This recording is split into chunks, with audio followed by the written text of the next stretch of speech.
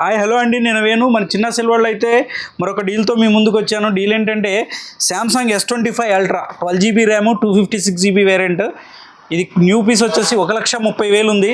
Just open box అయితే మన దగ్గర కూడా వచ్చింది. బ్రాండ్ న్యూ కండిషన్ ఉంది. Just 15 days back activation. ఇది చాలా బాగుంది ఫోను.